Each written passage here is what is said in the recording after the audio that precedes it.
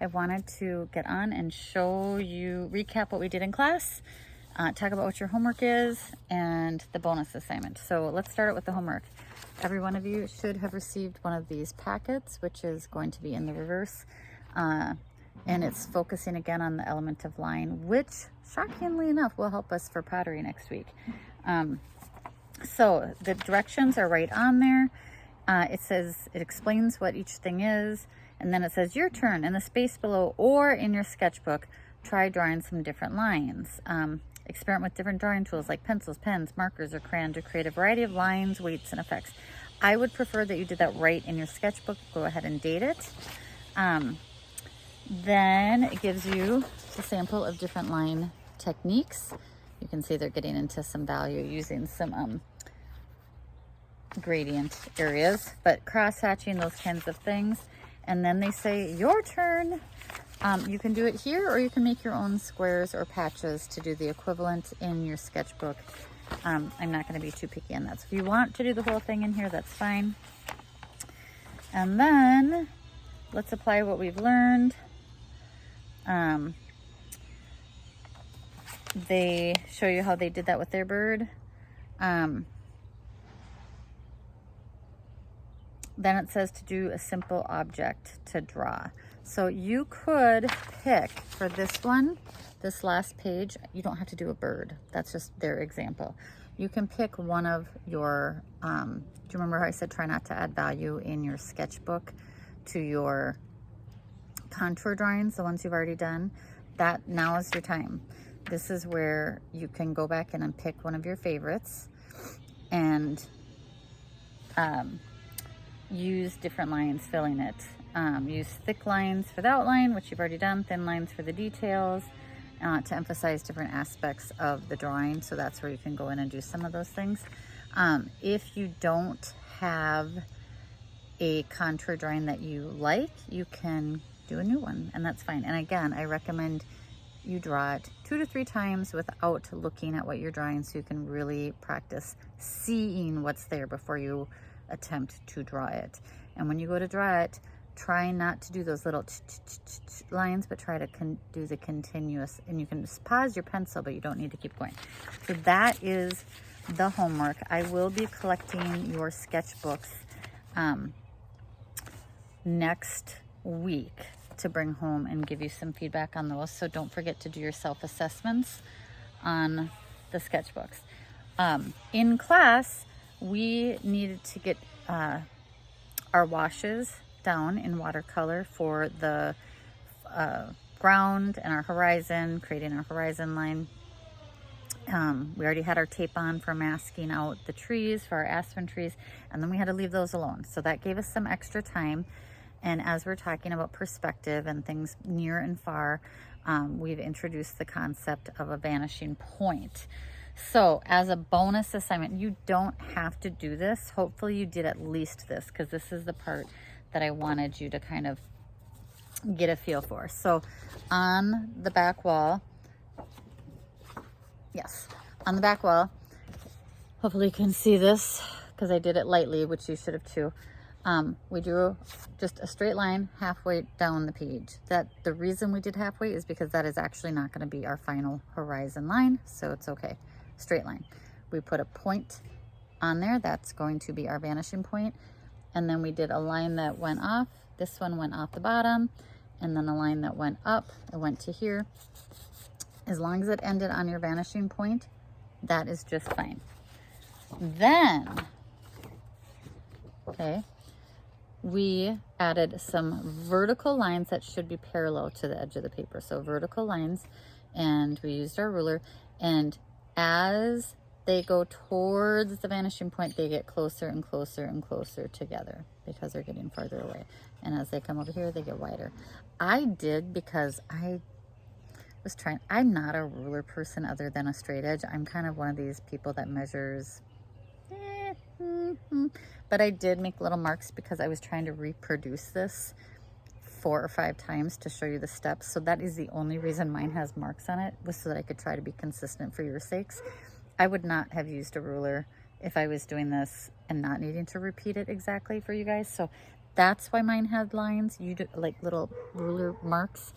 I was just trying to be consistent. In fact, you can see on one of my pages, I actually made a template across the top and like just lined that up on because I was trying to do it. You don't need to worry about that because you're not trying to do 10 of these or 5 of these. You're just trying to do the one. So as long as your lines are vertical. Then we went and right on the line, we added our trees using Sharpies, and I said you could take one home with you if you brought it back if you did not have a Sharpie, since that was not on your supply list. And those trees then are staying within that vanishing point.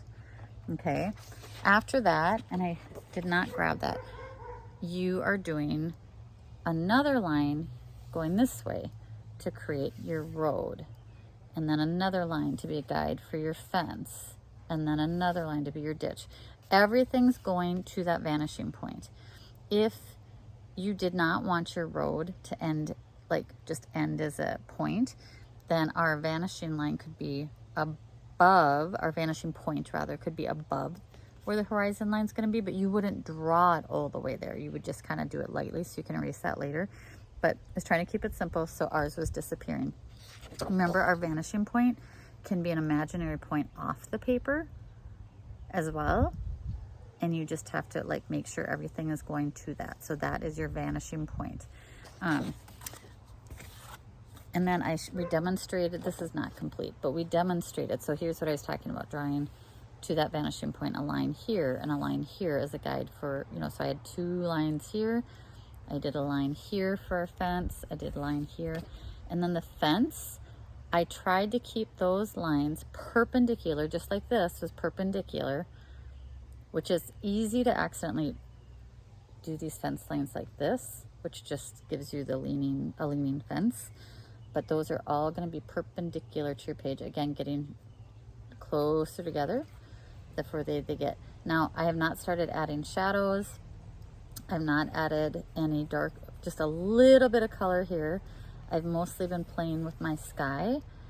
I was playing with the different tones of green. Remember, the closer it is, generally speaking, the brighter and more vibrant the colors are, and the further away it gets, the darker.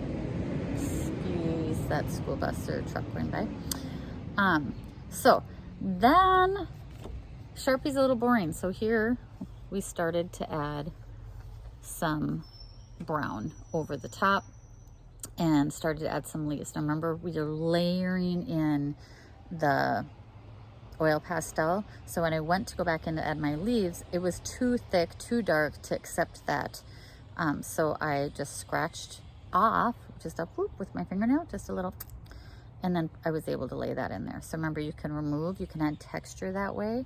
I don't have anything that I need to add a lot of texture. So be thinking about, so I've mentioned a lot of already the elements of art, just describing this to you. I've mentioned value, the lights and darks. I've mentioned texture. When you're putting the direction that you actually put your pastels on, that creates movement or texture. So that's something to think about. With my mountains, if I had got this way, as opposed, I kind of did it in the direction that I might imagine. For the grass, I did, you know, even though I blended it out, and I'm going to go back in and add more detail and more leaves falling. So this part, this is bonus. You do not have to do this, but it is worth extra credit. It's a good exercise. It's a good way to get to know your material. I recognize it's not everyone's jam. It's not a big deal. This is not. This is extra credit. This, though, I want to get you thinking in terms of different ways you can add texture just with line, even if you don't have color. Because that's where, even if you had color and you're working in paint or oil pastels, you can scratch back in line to give variety. You can, when we go to do our pottery, we're going to be doing some cross hatching, and if we don't cross hatch, things fall off. So I hope that's helpful to you. I've really enjoyed getting to see the different personalities and styles come out in your art, and I will be looking at your self-portraits that you turned in and giving some feedback on those to return to hopefully next week. I'm thinking I might put them in your parents' folders because we need to be off and running with pottery. So make sure you wear clothes appropriate for pottery or bring a paint shirt And I hope you guys have a great week. As always, if you want to get better at drawing, even if it's not assigned, you can do as many of those blind contour drawings and then a seeing drawing as you want. Have a great day.